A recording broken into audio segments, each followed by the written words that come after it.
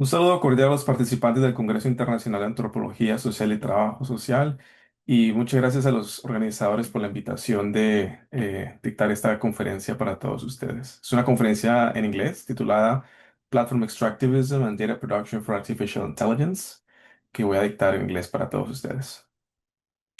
Like every major technological advance promising a new wave of automation, the deployment of generative AI technologies in the economy is generating uncertainty and disruption. Concerning headlines have appeared alongside more promising ones, indicating that the creative industries are under threat. AI use by government agencies is coming under scrutiny, and in education, there are rising concerns about learning when generative AI is used in the classroom. If we draw a lesson from history, is that technological disruptions in the labor force are more complex than merely arguing that human labor is being replaced by machines. Instead, there is displacement, shifting, and change. And the main question is, who benefits primarily from these changes? In today's keynote, I will try to decenter technology of AI and address this question by focusing on the fundamental subject at hand, humans not as individuals, but as connected beings, and to situate AI within the larger and transnational context that considers both the technology and the lives it impacts. The main argument of this keynote is that AI is an extractivist technology. By extractivism, I mean a transnational system of accumulation and power concentration inherent in global capitalism. Extractivism is not merely the act of extraction, but a system that involves embedded social actors, institutions, and territories, all of which play a role in this accumulation process. Extractivism is a Latin American term. It was popularized in the mid-20th century by developmental institutions like the World Bank, notably in reference to extractive industries as a way to develop economies in the region through the extraction of natural resources. In recent decades, many Latin American actors and activists have used it to criticize the over-reliance of governments in the region on rapid and unsustainable economic expansion through resource extraction at the cost of lives and the environment. The extractive industries have transformed communities, including living conditions to institutions along the chain of production. However, with many of us now aware of the climate emergency, this system of accumulation and power concentration, which has indeed brought capital and investments and improved the living conditions of many, has also depleted life and increasingly become an unsustainable aspect of global capitalism. When I argue that AI is an extractivist technology, I am conscious of its dependence on global supply chains that draw on the Earth's natural resources to produce the devices that make AI possible. My focus here, however, is on another set of deemed commodities or fictitious commodities that have become essential to this development. I use this term drawing from Karl Polanyi's concept of fictitious commodities, which are things not produced for a market, but which are being considered as such by the AI industry. One of these is labor, which according to the International Labor Organization's founding document is not a commodity, end quote. And yet we see how digital platforms like Uber and Grubhub enable new ways of treating labor as such, as independent contractors with very few rights as employees, and selling the labor of these workers to write, deliver, and as I will argue in this evening, provide data for AI.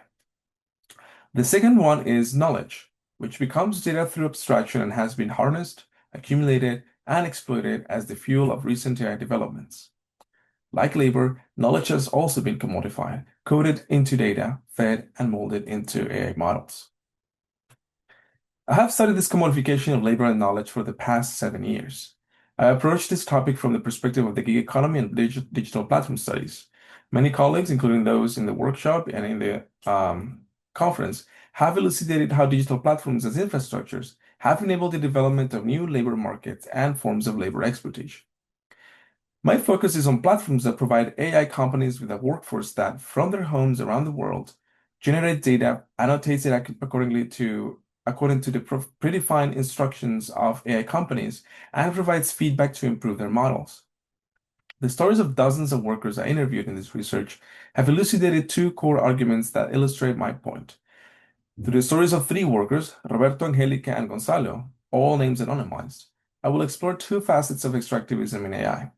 First, Extractivism as a project and process beyond the mere extraction of data and labor as commodities. And second, the role of power and control in determining what should and should not be included in datasets. These examples explain how AI acquired its data from human labor and knowledge, and who is affected by this process, so that users and ultimately the companies behind these systems can benefit the most. I will start by discussing extractivism as a project. Roberto was one of the first workers that I interviewed, starting back in the summer of 2020 during the most severe period of restrictions due to the COVID-19 pandemic. I have spoken with him over the years and as recently as a few months ago. Roberto was born and raised in Guarenas, Venezuela, on the outskirts of its capital, Caracas. He began working for digital labor platforms as a middle school student 10 years ago, when his country entered deep economic crisis caused by over-reliance on oil exports, authoritarianism, sanctions, and other factors. When we talked in 2020, he had dropped out of college and had chosen to work full-time for the American platform Remote Tasks, owned by Scale AI. His parents had lost their jobs due to the pandemic, and he was the sole source of income for his home at the age of 20. Today, Remote Tasks is arguably the principal data work platform in the market. During the early days of the pandemic, it offered a unique service where workers like Roberto would be paid 50 cents of a dollar, US dollar per hour instead of per task. This gave a sense of stability despite the precarious working conditions and enormous power differentials, with workers having no say in the platform's policies or collective bargaining power. Workers like Roberto were considered easily replaceable because their labor was perceived as unskilled, according to a recruiter from Remote I spoke with recently. However, it was not just any type of worker around the world that the company was targeting. Venezuela became a privileged target, hence the creation of the Remote Tasks Plus program exclusively for people of the country. Data from web traffic in 2020 shows that even though most of the platform's client-related traffic came from the US, the worker traffic was primarily from Venezuela. This suggests that extractivism is not an impersonal occurrence, that anyone in the world could do this job by a deliberate project. People here were being targeted. The political and economic crisis is a reason for this because of Venezuela's hyperinflation, many people were in dire need of an income in US dollars, and digital platforms were offered a flexible source of income. The second reason is the country's infrastructure, built primarily during the years of high oil revenue in the early 2000s. This includes electricity, internet connection, and computers such as the Canaima laptops built for school children, which many people used for their work. The third reason, which I think is often overlooked but remains crucial, is the role of worker communities in mitigating the precarity of platform work, including family members, fellow workers, and neighbors. The second story of Angelica illustrates this point. Angelica worked for another American data work platform popular in Venezuela called Hive at the onset of the pandemic. She was an industrial engineer in her early 40s and a single mother living in a small city in the state of Zulia, whose economy is primarily driven by oil extraction activities from a nearby lake. Angelica was previously employed by the state-owned Venezuela Oil Company, but she lost her job during the economic crisis. When we spoke, she was working around 12 hours per day on Hive, earning a daily income of about $2. Despite these challenges, Angelica was not entirely without support. Her son's father, who still works for the state oil company, contributed financially to their household. Additionally, a neighbor allowed her to use his Wi-Fi, and she received valuable advice from her virtual colleagues on navigating the platform. So extractivism of data and labor as commodities is therefore not a matter of individuals. Workers are embedded in networks that step in when government and state institutions are absent, such as in Venezuela during the pandemic, and also when employers do not provide decent working conditions. In fact, the role of workers in helping each other to mitigate the harms of poor working conditions and game the platforms for better pay is commendable. Here it is important to acknowledge the important supporting role of women in households who provide essential social reproductive labor for activities such as caring, nursing, cooking, cleaning, and other tasks, allowing workers to dedicate their time to the platforms. This extractivism enabled by platforms in the service of AI is a project that extends not only from individuals, but from their territories and communities, which poses the question, who are those impacted by the rise of this technology? Not the users of AI, but the subjects of its development. They include artists and writers whose work is fed into machine learning to reproduce similar outputs, and those living near data centers and microchip factories, where water is used in the operation and maintenance. AI is not a technology that emerges from the work of a few, but from the contributions of many, and it touches the lives of many people, both directly and indirectly, through its wider impacts. The second part of this talk is about extractivism as control. Gonzalo was a 24 years old engineering student with an associate's degree in computer science. When we spoke in 2020, he was working towards a bachelor's degree. He was living in Valera, a small city nestled in the Andes in the west of Venezuela. Although small, the city is a commercial hub and home to many universities, including his.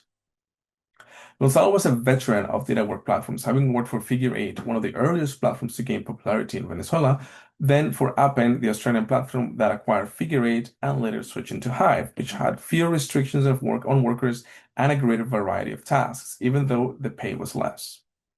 Like many other workers I spoke to, Gonzalo's income was an important source of revenue for his family, including his two grandparents. Gonzalo discussed with me the tasks he performed at Hive, which mainly consisted of image and text classification to train AI models for content moderation. He had a lot of trouble with classifying content as hate speech, mainly because his interpretation of the instructions didn't match that of the designers of the tasks. As mentioned before, most of the technology is developed by US-based companies and is primarily destined for users in wealthy economies. In the case of hate speech, US-based legal definitions of protected categories are privileged. For example, race and gender are protected categories in the US, but not caste or economic status. Another point to consider is how speech that is considered hateful by some is protected under freedom of speech by the First Amendment in the United States. For example, displaying Nazi symbols publicly is illegal in Germany and Brazil, but allowed in Canada and most of the US. How to draw the boundary when considering what should be said, written, and replicated, and what should not? This was the question at the core of Gonzalo's predicament.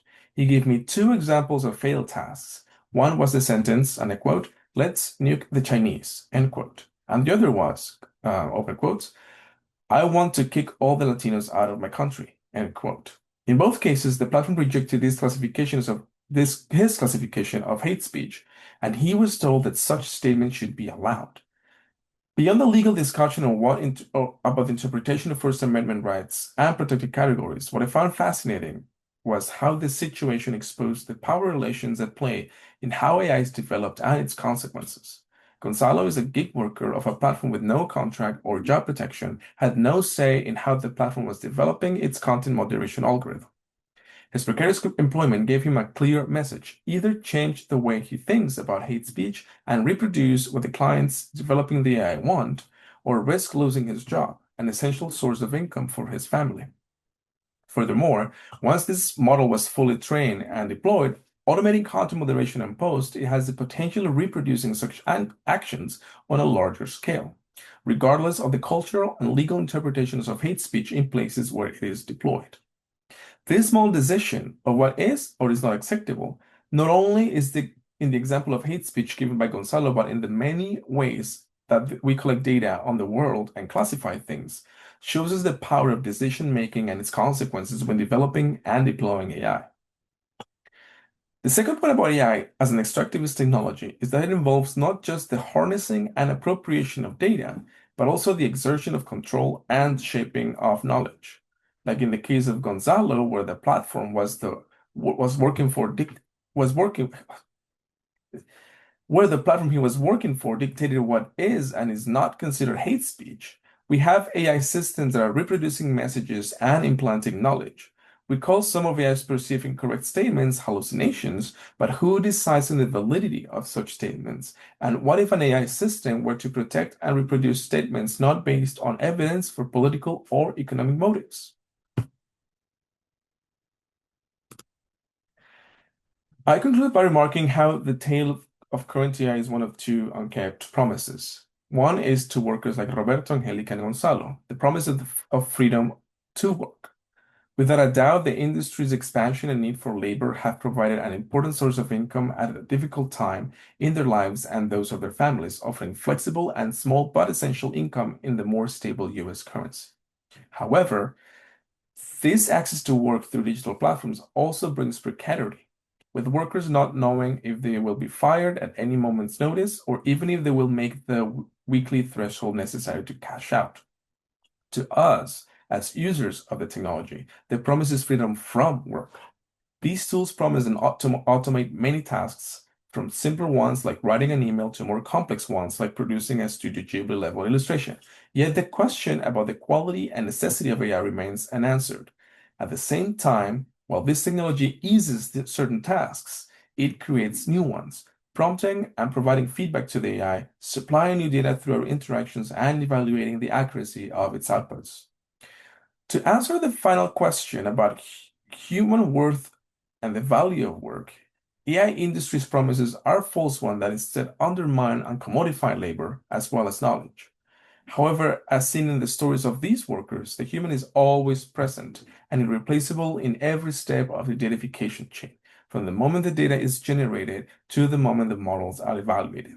The question is where the labor is, who does it, and how those people are affected, as well as what knowledge is represented, which voices are being replicated, and which are being erased. Extractivism can be used as a framework to focus on the unsustainable depletion of life from the extraction of natural resources and how power dictates action and speech. It can also tell us about the system of control and the commodification of labor and knowledge that has been put in place to develop AI. The many examples of copyrighted material used to train models, from Studio Ghibli images to articles in prominent newspapers, are just the surface of AI as an extractive industry. Beyond harnessing data, AI's extractivism is part of a wider global system that targets humans for the labor and communities for the sustenance, as in the examples of Roberto, Angelica, and Gonzalo. These systems that transfer power and control from the periphery to the core are not new, but have a long historical legacy of labor and resources being exported and ideas being imposed. We are seeing the same process playing out in the development of AI. So let's turn to the central question, what is work worth? For Angelica and Gonzalo and Roberto, their family members who depend on their income, their fellow workers, and their community members, work is worth everything, especially at a time of economic crisis when their work is more critical than ever. For this reason, the question we should be asking is how to better protect and recognize the work of these people, their culture, and their communities. Thank you very much for everyone. Muchas gracias a todas las personas por invitarme a este congreso y por escuchar esta keynote. Espero escuchar. Si tienen cualquier duda, todo mi contacto está aquí en esta diapositiva. Muchas gracias por escucharme.